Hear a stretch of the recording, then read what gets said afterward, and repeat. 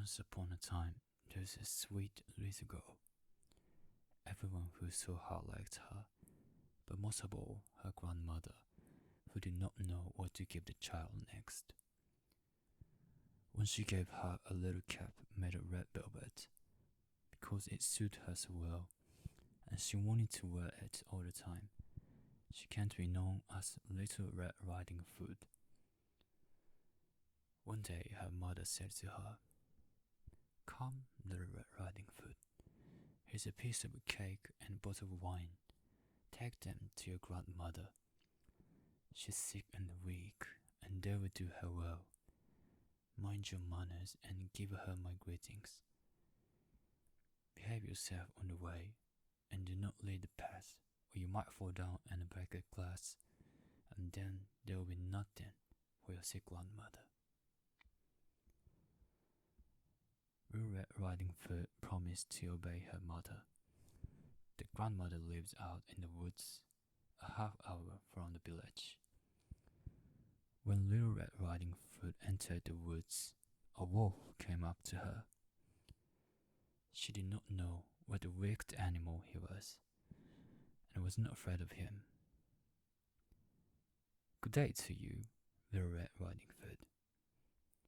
"Thank you, wolf." "Where are you going so early, Little Red Riding Hood?" "To grandmother's." "And what are you carrying under your apron?" "Grandmother is sick and weak, and I'm taking her some cake and wine. We baked yesterday, and they should give her a strength." "Little Red Riding Hood, just where does your grandmother live?" "Her house is a good quarter oak trees." "Her house is a good quarter hour from here in the woods, under the 3 large oak trees.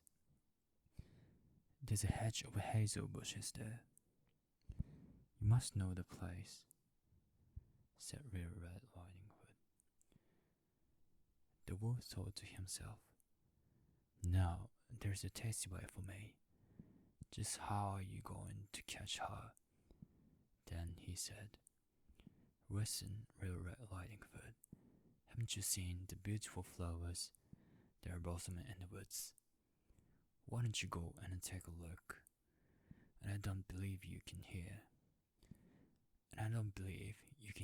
how beautifully the birds are singing. You're walking wrong, as though you were on your way to school in the village. It is very beautiful in the woods." Little Red Riding Hood opened her eyes and saw the sunlight breaking through the trees, and how the ground was covered with beautiful flowers. She thought, "If I take a bouquet to the grandmother, she'll be very pleased. Anyway, it is too early, and I'll be home on time." And she ran off into the woods, looking for flowers. Each time she picked one, she thought that she could see an even more beautiful one a little way off, and she ran after it, going farther and farther into the woods. But the wolf ran straight to the grandmother's house and knocked on the door. "Who's there?" "Little Red Riding Hood, I'm bringing you some cake and wine. Open the door for me." Just press the latch," called out the grandmother. "I'm too weak to get up." The wolf pressed the latch, and the door opened. He stepped inside, went straight to the grandmother's bed, and ate her up. Then he took her clothes, put them on, and put her cap on his head. He got into her bed, and pulled the curtain shut. Little Red Riding Hood had run after flowers, and she did not continue on her way to grandmother's until she had gathered all that she could carry. When she arrived, she found to her surprise that the door was open. She walks into the parlor, and everything looked so strange that she thought, "Oh my God, why am I so afraid? I usually like it at grandmother's." Then she went to the bed and put back the curtains. Grandmother was lying there with her cap pulled down over her face and looking very strange. "Oh, grandmother, what big ears you have! All the better to hear you with. Oh, grandmother, what big eyes you have! All the better to see you with. Oh, grandmother, what big hands you have! All the better to grab you with. Oh, grandmother, what a horribly big mouth you have! All the better to eat you with." And with that, he jumped out of the bed, jumped on the top of poor Little Red Riding Hood, and ate her up. As soon as the wolf had finished this tasty bite, he climbed back into bed, fell asleep, and began to snore very loudly. A huntsman was just passing by. He thought it strange that the old woman was snoring so loudly, so he decided to take a look. He stepped inside, and in the bed there lay the wolf that he had been hunting for such a long time. "He has eaten the grandmother, but perhaps she still can be saved. I won't shoot him," thought the huntsman. So he took a pair of scissors and cut open his berry. He had cut only a few strokes when he saw the red cap shining through. He cut a little more, and the girl jumped out and cried, "Oh, I was so frightened. It was so dark inside the wolf's body." And then the grandmother came out alive as well. Then Little Red Riding Hood fetched some large heavy stones, then filled the wolf's body with them. And when he woke up and tried to run away, the stones were so heavy that he were down dead. The three of them were happy. The huntsman took the wolf's pelt.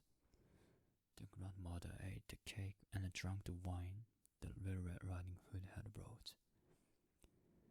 And Little Red Riding Hood thought to herself, "As long as I live, I will never leave the path and run off into the woods by myself if her mother tells me not to." They also tell how Little Red Riding Hood was taking some baked things to her grandmother anytime.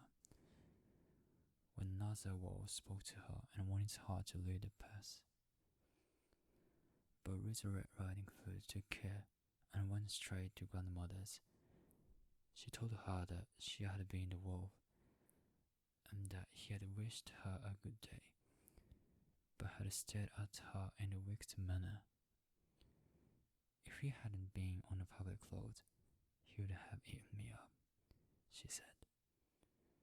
"Come," said the grandmother, "let's lock the door so he can't get in." Soon afterward, the wolf knocked on the door and called out, "Open up, grandmother, it's a Little Red Riding Hood, and I'm bringing you some baked things." They remained silent and did not open the door. The wicked one walked around the house several times and finally jumped onto the roof.